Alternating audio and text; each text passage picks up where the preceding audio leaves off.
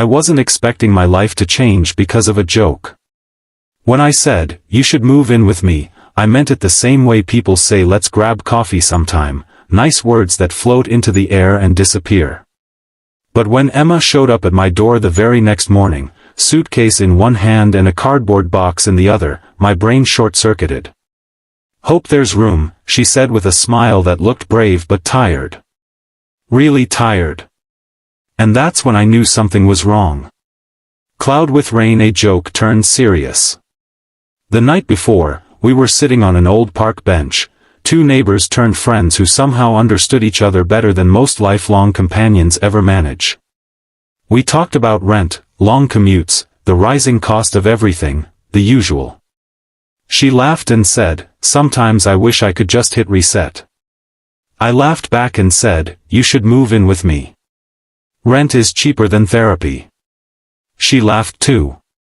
But now she stood on my porch, lips pressed tight, eyes shiny in a way that wasn't from laughter. I opened the door without asking anything.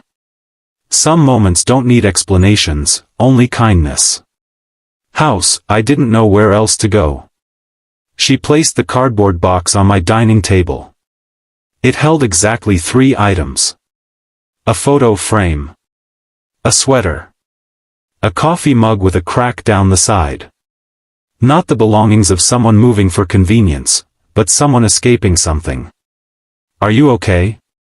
I finally asked. She inhaled shakily.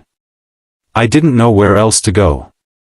And just like that, the joke I made became a lifeline she grabbed with both hands. Sparkles, the unspoken rule of kindness. For the first few days, we tiptoed around each other, two strangers pretending to be experts at coexistence. But something shifted when I walked into the kitchen one morning and found her sitting at the table, quietly crying into a half-burnt piece of toast. "Do you want to talk?" I asked. "No," she said.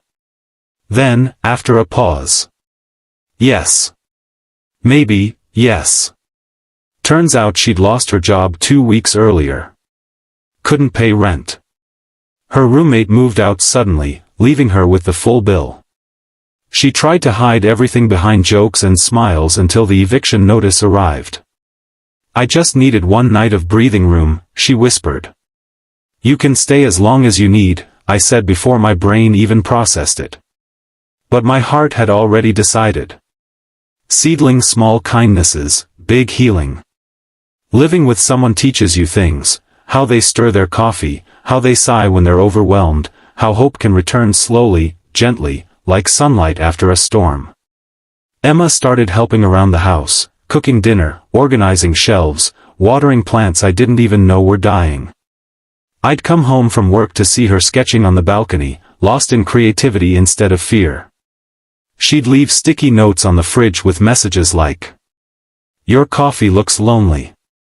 I made you pancakes. Be kind to yourself today. Thanks for letting me stay, even when I snore."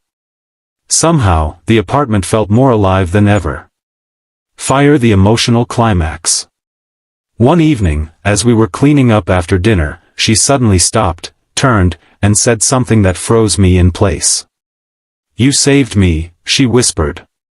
"Not just a place to stay. You saved me." Her voice cracked on the last word. I shook my head. "No, you saved yourself. I just opened a door." But she stepped closer, tears falling freely now. "No. You believed I was worth helping before I believed it myself." And that hit me harder than anything I'd heard in years. Because sometimes kindness isn't about grand gestures, it's just about showing someone they matter. Sun behind small cloud, a new beginning. Weeks passed. She found a new job, better pay, better hours, better everything. The sparkle in her laughter returned. She bought a new mug. She framed a new picture. She rebuilt her life one smile at a time. Then one morning, she handed me a small envelope. Inside was her first paycheck with a post-it note. "Rent for the next month, if you even still want a roommate." I laughed. "I didn't just want a roommate," I said. I wanted you to feel safe. She wiped a tear, grinning. Well. I do. Glowing star ending on a hopeful note. Emma still lives with me, by choice now, not survival. The apartment is still small, but somehow, it feels bigger with two people who decided kindness should have a permanent place to stay. It still amazes me. One joke changed everything. But maybe, it wasn't really a joke. Maybe it was the universe nudging two people toward a home neither knew they needed. And if there's one thing I learned, kindness doesn't cost much, but its return can be life-changing.